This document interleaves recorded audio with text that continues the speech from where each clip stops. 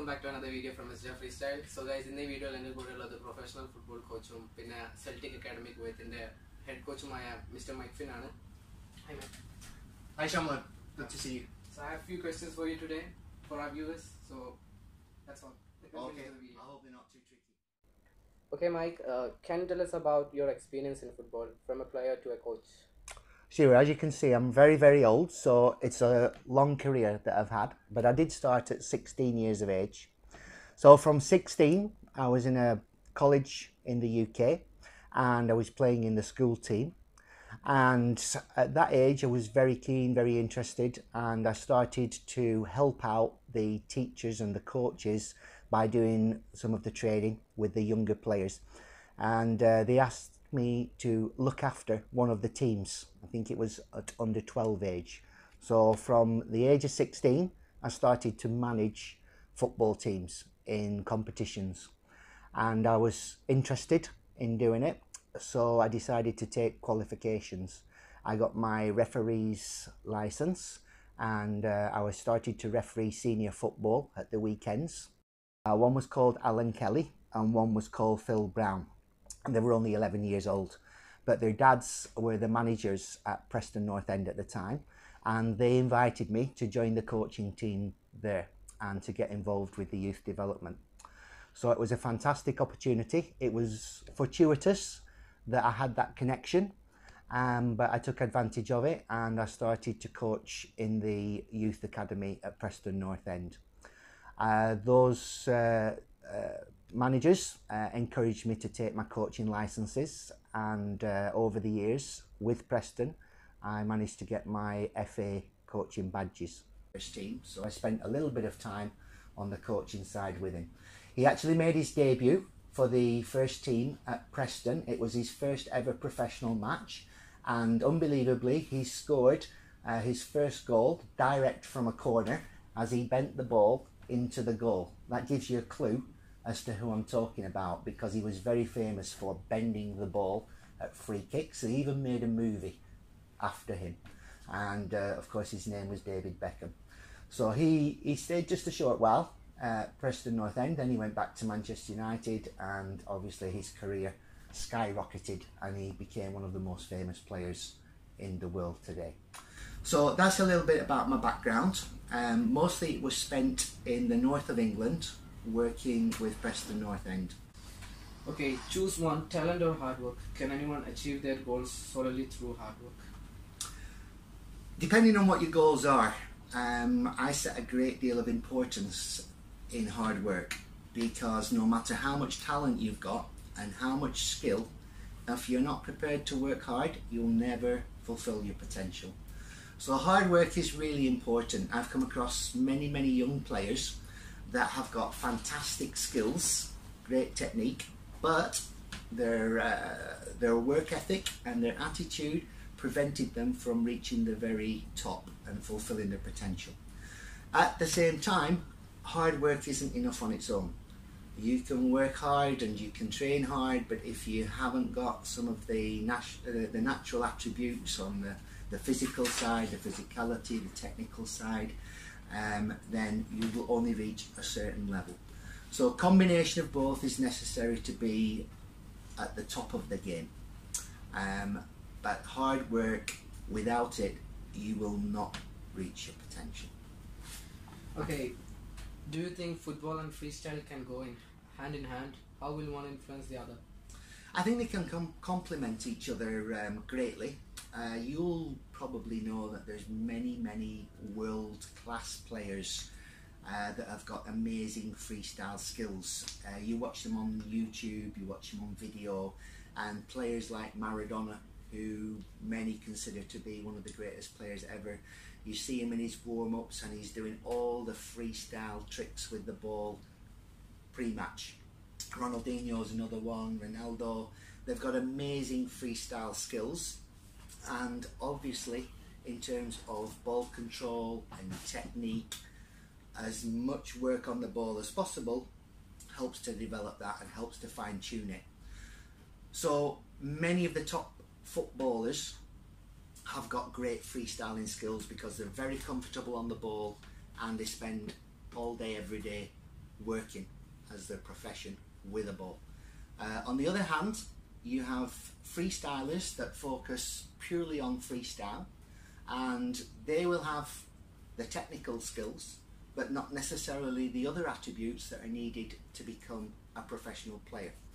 So it's complementary. The freestyle skills, the control of the ball, the technical ability to manipulate the ball, it's great and it helps you as a player, but it's not enough to become a player. Okay, what's your take on becoming a professional? Maybe a few tips. Well, we've touched on the hard work and the talent. Skills can be developed. Players can work on learning techniques, developing techniques, and then once you've got those techniques, you put them into practice in game situations and you develop the skill. You make decisions on when to use the technique, how to use the technique, and then you become more skillful with those techniques that you're learning. So as a professional, or to be a professional, or just to play at the top of your game and to reach your full potential, it's essential that you practice and that you train. You have to work hard and you have to develop the talent and the skill element. There's a lot of luck involved. Certainly that was the case as far as I'm concerned. I was lucky to be in the right place at the right time and be associated with the right people that gave me the opportunity to make progress in the game and to be involved to the extent that I have been. It's not so easy in certain environments because the pathways are not there, the organisation of leagues and competitive football is perhaps not available. So anyone that really wants to be involved in the game and to play in the game just needs to work really hard, be persevering in everything that they do, and spend as much time as possible devoting themselves to practice and development of skills and techniques. And then you have to search where the pathways might be. It might be that you can get opportunities through school, maybe through college, maybe just by approaching local clubs, clubs even further afield, and just don't give up. Keep going, keep going. There's many players, Jamie Vardy's one in the Premier League, that didn't make it into professional football until well into their 20s, so it's never too late. But also you have to have a backup plan. You know, education is important. You can't just forget everything with a dream of being a footballer, because if that doesn't happen, then you've missed opportunities. But these days there's lots of opportunities to be involved in professional football. If you don't make it as a player, then there's lots of other avenues and lots of other areas that you might be involved, similar to me. I didn't make it as a player, but on the coaching side and on the administrative side and working as a scout, all of these I was involved in. So explore all avenues. Nowadays you can actually go to universities and there's specific footballing degree courses that will help you along the way and give you opportunities to fulfill your dreams. What do you know about football in India? How can someone become a professional for being from a country like India? Well, India's a very exciting place to be at the moment as far as football is concerned, because it's one of those regions, one of those countries that's developing very, very quickly. I think from what I know, there is massive potential for the game to develop in India, and it's all been happening more recently. I know that I've spoken to some of the senior academy coaches from Celtic, and they've been telling me about the progress that's been made in India over recent years.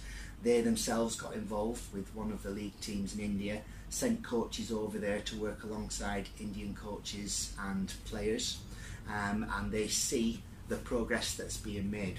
The league's going from strength to strength. The interest levels are at an all-time high, and now with the foreign involvement that's bringing that little bit of extra expertise into the game, then there's more pathways being created and more opportunities for players in India to progress in the game. So I know there's a few famous players that have gone there, and that experience and that expertise that they bring helps to raise the standards around them.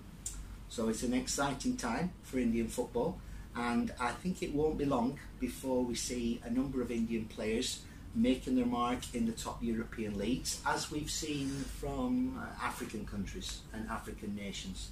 So we hope that the progress continues.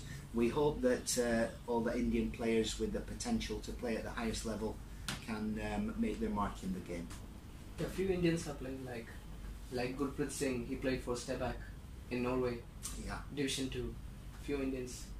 Yeah, well, that's great, and I'm looking forward to the day when we see them in the English Premier League. Yeah, Okay. the Division 1. Yes. Okay. Well, that's it. Thank you for taking out your precious time, Mr. Mikey. Yeah. You're welcome. All the best. Thank you.